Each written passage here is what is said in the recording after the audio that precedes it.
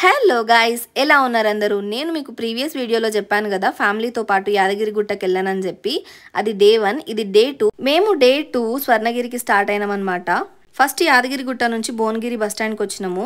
Bhuvanagiri bus స్టాండ్లో మేము tiffin తినేసినాము. తినేసిన తర్వాత అక్కడ నుంచి డైరెక్ట్గా స్వర్ణగిరికి బస్సెస్ ఉంటాయి, ఆటోస్ కూడా ఉంటాయి. రెండింటికి ఇంచుమించు సేమ్ కాస్ట్ ఉంటుంది. సో మేము బస్ ఎక్కేసినాము. టెంపుల్ అనేది మెయిన్ రోడ్కు ఉండదు. మెయిన్ రోడ్ నుంచి 1.1 కిలోమీటర్ ఉంటుంది. డైరెక్ట్గా బస్సు అక్కడనే దింపేస్తుంది టెంపుల్ దగ్గర. ఇది ఎంట్రన్స్ అనమాట. ఎంట్రన్స్ లోనే రామానుజాచారి విగ్రహం ఉంటుంది. టెంపుల్ లోపల కార్ పార్కింగ్ కూడా ఉంటుంది అనమాట. కార్ పార్కింగ్ కి జస్ట్ 50 రూపీస్ ఛార్జ్ చేస్తారు అంతే. క్రౌడ్ అయితే చాలా ఎక్కువగానే ఉండే. మేము వీకెండ్ వెళ్ళినాం కాబట్టి. టెంపుల్ అయితే చాలా బ్యూటిఫుల్ గా ఉంది. మొత్తం 22 ఏకర్స్ లో బిల్డ్ చేశారంట ఈ టెంపుల్. ఈ టెంపుల్ ఆల్మోస్ట్ కన్స్ట్రక్ట్ చేయడానికి 7 ఇయర్స్ టైం పట్టిందంట. మనం టెంపుల్ లోపలికి ఈ ద్వారం నుంచి వెళ్ళాలి. ఈ ద్వారాన్ని వైకుంఠ ద్వారం అని పిలుస్తారు. ఈ వైకుంఠ ద్వారంకి ఎదురుగానే స్వామివారి పాదాలు ఉంటాయన్నమాట. మీరు వీడియో ఒకసారి రివైండ్ చేసి చూడండి. ఈ ద్వారానికి 2 సైడ్స్ ద్వారపాలకులు కూడా ఉంటారు. ఇవన్నీ స్టెప్స్ అన్నమాట. మొత్తం 108 స్టెప్స్ ఉంటాయి.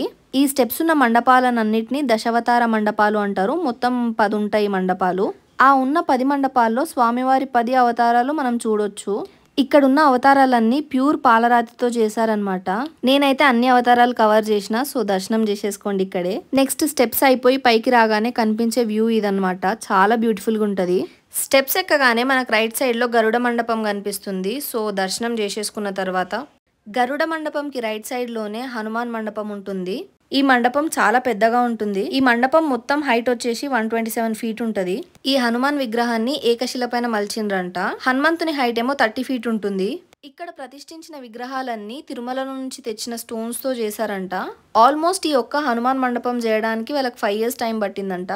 ఇక్కడున్న హనుమాన్ పోజ్ కూడా ప్రపంచంలో ఎక్కడా లేని పోజ్ ఉంటుందంట. చిన్నపిల్లలు సంతోషంగా ఉంటే ఎట్లా పోజ్ పెడతారో అలాంటి పోజ్ అంట ఇది.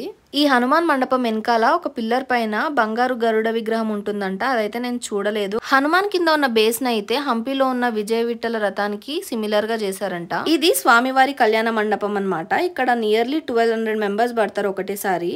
కింద ఫ్రీ భోజనం ఫెసిలిటీ కూడా ఉంది. ఇవి కళ్యాణ మండపంకి వెళ్లే వేలో ఉన్నాయి. ఎలిఫెంట్స్ ఇంకా కౌస్ చాలా బాగున్నాయి. అసలు చాలా రియలిస్టిక్ గా పెట్టారు ఇక్కడ. నాకైతే ఈ ఎలిఫెంట్ ఇంకా కౌ విగ్రహాలు చాలా బాగా నచ్చినాయి. చాలా చూడముచ్చటగా ఉన్నాయి, క్యూట్ గా. నెక్స్ట్ కోనేరు దగ్గరికి వెళ్దాము. ఈ మధ్యలో అయితే ఇన్స్టాగ్రామ్, ఫేస్బుక్, అసలు షార్ట్స్ ఎక్కడ చూసినా ఈ కోనేరు గురించే ఉంది. కోనేరుకి వెళ్లే దారిలోనే ముందు ఇలా ఒక విగ్రహం ఉండి వాటర్ ఫాల్స్ లాగా ఉంది. సో ఇక్కడ స్టెప్స్ ఉంటాయి అనమాట. ఆ స్టెప్స్ దిగి వెళ్తే డైరెక్ట్ గా కోనేరుకి వెళ్ళిపోతాం మనము. ఆ మెట్లు దిగుతూ డైరెక్ట్ గా కోనేరు దగ్గరికి వెళ్తుంటే అట్లా కూల్ బ్రీజ్ వస్తుంది. చాలా చల్లగా ఉండే ఆ ఏరియా మొత్తం. స్వామివారి విగ్రహం డైరెక్ట్ టువర్డ్స్ స్కై ఫేస్ చేసి పెట్టారు. స్వామివారి విగ్రహాన్ని చేసిన స్టోన్ వెయిట్ ఇంచుమించు 6000 కేజీస్ పైనే ఉండే అంట.